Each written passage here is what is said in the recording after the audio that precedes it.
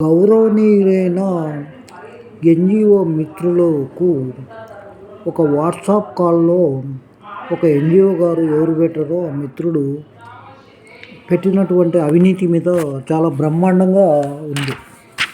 దాన్ని నేను విశ్లేషణ చేసే ప్రయత్నం చేస్తాను. ఆ మిత్రుడు రాసింది ఏంటంటే, ఇది ఆంధ్ర, తెలంగాణ అనేది కాకుండా సబ్ రిజిస్ట్రార్‌లో ఒక డాక్యుమెంట్‌కు 5,000 మినిమం, గరిష్టంగా 10,000 లంచం తీసుకుంటున్నారు అన్నాడు. అంటే మై క్వశ్చన్, మీరు ఇస్తే తీసుకుంటాడా లేకుంటే ఇవ్వకుండానే అడుగుతాడా? అదొక క్వశ్చన్. అదేవిధంగా మీలాంటి ఎన్‌జీఓలు అద్భుతంగా ఫోకస్ చేశారు. దీని మీద మీ యొక్క సలహాలు, సూచనలు ప్రజలను అవేర్ చేయవలసినటువంటి వ్యక్తులే కొంతమంది కంపెనీ యాజమాన్యం దగ్గర ఒక 5 మందిని తీసుకొని వీళ్ళు వాళ్ళు అని చెప్పి డబ్బులు తీసుకోవడంలో ఇది లంచం అవుతుందా కాదా అనేది ఆత్మవిమర్శ చేసుకొని నాకు చెప్పాలని నేను కోరుతున్నాను. అదేవిధంగా 30,000 రిజిస్ట్రేషన్పై చలానా 15,000 కడితే 15,000 డాక్యుమెంట్ రైటరు మరియు రిజిస్ట్రేషన్ ఆఫీస్ సిబ్బంది అందరూ కలిసి పంచుకుంటున్నారంట అని వ్యక్తులు. డాక్యుమెంట్ రైటర్ అన్నాడు.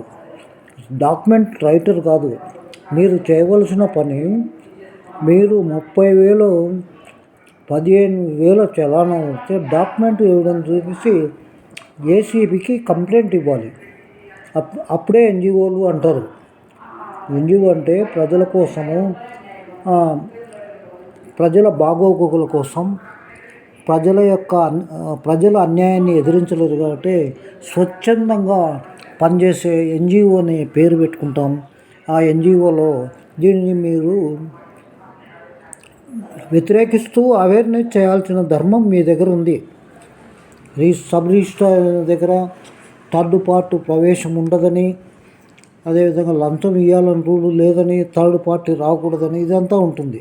దాని ప్రకారము మీరు అవేర్నెస్ చేస్తే, మీరు ఎన్‌జీఓ పేరు పెట్టుకొని గుంపులుగా బ్యాగులు వేసుకొని దేశ సేవ, రాష్ట్ర సేవ, అంతర్జాతీయ చేయడానికి వెళ్ళేటి వాళ్ళందరికీ కూడా హెడ్స్ చెప్పుకుంటూ, మీరు సబ్ రిజిస్ట్రార్లో దగ్గర అవేర్నెస్ ప్రోగ్రామ్స్ చేయండి. మిత్రులారా, ఏదైనా ఒక చిన్న మిస్టేక్ ఉంటే 1,000 రూపాయలు ఖర్చు అయ్యేది, 1,00,000 రూపాయలు ఖర్చు అయ్యేది, 1,00,000 రూపాయలు ఖర్చు అవుతూ ఉంది.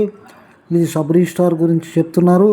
మిగతా శాఖల్లో కూడా అధికారులు ఏ విధంగా ఉన్నారో తెలియడం లేదు. నాకు తెలిసి అన్ని ప్రభుత్వ కార్యాలయాల్లో లంచాలతోనే పని అవుతుంది. ఇది యథార్థమైనటువంటి విషయాన్ని ఎవరో మిత్రుడు చాలా కళ్ళకు కట్టినట్లు చెప్తున్నాడు.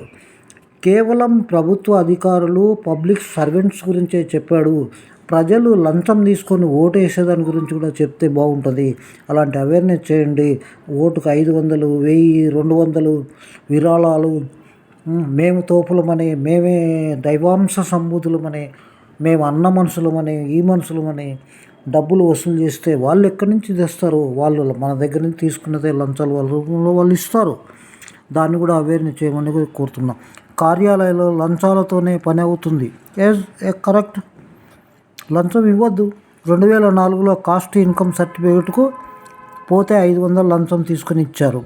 ఎంఆర్ఓ ఆఫీస్లో పనిచేసే వాళ్ళు 500 గురించి మా నాన్న కష్టం ఎంతోమంది ఇలా ఎంఆర్ఓ ఆఫీస్ వాళ్ళకి ఇచ్చుకుంటున్నారు. ఇవ్వద్దు. అదేవిధంగా గౌరవ మాజీ ముఖ్యమంత్రి ఎన్టీ రామారావు గారు కొన్ని అమెండ్మెంట్ చేసి లంచాలు తీసుకోకుండా పట్వారీ, కర్ణం, రెడ్డి అనేటువంటి వ్యవస్థను పూర్తిగా సమూలం చేసినటువంటి మహానుభావుడు. ఆ విధంగా చేయండి. మీరు కూడా ప్రభుత్వ ఆఫీసుల దగ్గర అవేర్నెస్ ప్రోగ్రాంలు పెట్టండి. పరిగెత్తుకుంటా పోయి పోటీపడి టీజీ వెంకటేష్కు ఒత్తాసు పలుకుతూ, టీజీ వెంకటేష్ చేసేటువంటి తుంగభద్ర కలుషితం నీళ్ళ మీద ఎవరైనా మాట్లాడుతున్నారా? ప్రజలు చెప్పినా మాట్లాడేటట్టు లేరు. అంత మహానుభావులైనటువంటి వాళ్ళు. మీరు ఆ విధంగా ఉన్నతాధికారుల దృష్టికి తీసుకెళ్ళండి. అలా చేసినటువంటి వాళ్ళు క్యాచ్ చేసుకోవడానికే ఈ 3 అక్షరాలు చేస్తున్నారు తప్ప వేరే కాదని నేను చెప్తా ఉన్నాను. అదేవిధంగా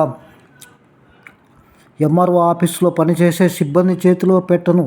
మా నాన్న చనిపోతే మా నాన్న పేరు మీద ఉన్న భూమిని మార్చడానికి కూడా లంచం తీసుకున్నారు అన్నాడు. అది కరెక్టు. మీరు ఇస్తే తీసుకున్నాడా, ఇవ్వకుంటే తీసుకున్నాడా? మీరు పై అధికారులు కంప్లైంట్ చేయండి, ఏసీబీకి కంప్లైంట్ చేయండి. మా పని కాలేదు. ఇది దొంగగా ఎలా చేస్తారంటే, ఆ తండ్రి పేరు మీద ఉండే ఇద్దరు కొడుకులు అయితే ఒక కొడుకు పోయి లంచం ఇచ్చి రాపించుకుంటాడు. అలాంటప్పుడు ఆ లంచం తీసుకొని వాళ్ళు ఒకటే కొడుకు అని రాస్తారు. ఇది తప్పుడు పని కదా. నైతికంగా నాకు జరిగిన సంఘటన గురించి చెప్తాను. దాంట్లో కమ్యూనిస్టు భావాలు గల వాళ్ళు బెదిరించి పేర్లు మార్పిస్తూ రకరకాలుగా చేస్తూ ఉంటారు.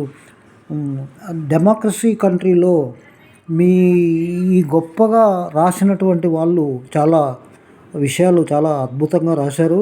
అదేవిధంగా అన్నా హజారే లాంటి వాళ్ళు పట్టుబట్టి ఆర్టీ యాక్ట్ని తెచ్చి ఈ కరప్షన్ జరగకూడదని ఎంతోమంది చేశారు. ఆయన శిష్యుడైనటువంటి వాళ్ళు ఢిల్లీలో ముఖ్యమంత్రి తర్వాత ఆయన కూడా కరప్షన్లో అరెస్ట్ కావడం జరిగింది. భారతదేశంలో అవినీతిని రూపురాంపడానికి ఎంతోమంది ప్రయత్నం చేస్తున్నారు. వాళ్ళల్లో మీరు ఒకరుగా ఈ మిత్రులు అయితే మంచిదని కోరుకుంటున్నాం. ఇంకా సబ్ రిజిస్టర్లో జరిగే అకృత్యాలు అన్యాయాల గురించి మీరు కళ్ళకు కట్టినట్టు అబ్జర్వేషన్ చేసి ఎవిడెన్స్ సేకరించి ఏసీపీకి కంప్లైంట్ అండి. ఇటీవల ఒక 4 నెలల క్రితం ఆంధ్రప్రదేశ్ రాష్ట్ర వ్యాప్తంగా సబ్ రిజిస్టార్ల మీద దాడులు జరిగాయి. ఆ దాడులు జరిగినప్పుడు పట్టుకొని అందరిని కూడా జైల్లో వేశారు. అయినా కూడా మార్పు రాలేదు. కొద్దిగా మార్పు కనపస్తుంది. మీరు మార్పు తీసుకురండి మేధావులారా, అంతర్జాతీయ పర్యావరణవేత్తలారా, అదేవిధంగా రాష్ట్ర దేశ మండల పర్యావరణవేత్తలారా, మీరందరూ ఆ విధంగా చేస్తారని కోరుకుంటున్నాం. సబ్ రిజిస్టార్లో జరిగేటువంటి అన్యాయాల గురించి అద్భుతంగా చెప్పాడు. అక్కడ స్టాంపు ఇష్యూ చేయాలంటే బోర్డు ఉంటుంది. ఒక స్టాంపు 100 రూపాయలు 100 రూపాయలకే అమ్మాలి.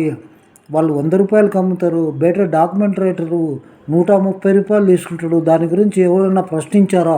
మీరు ప్రశ్నించండి. అదేవిధంగా 20 రూపాయలు దానికి 20 రూపాయలు ఎక్కువ ఇవ్వమంటారు, 10 రూపాయలు.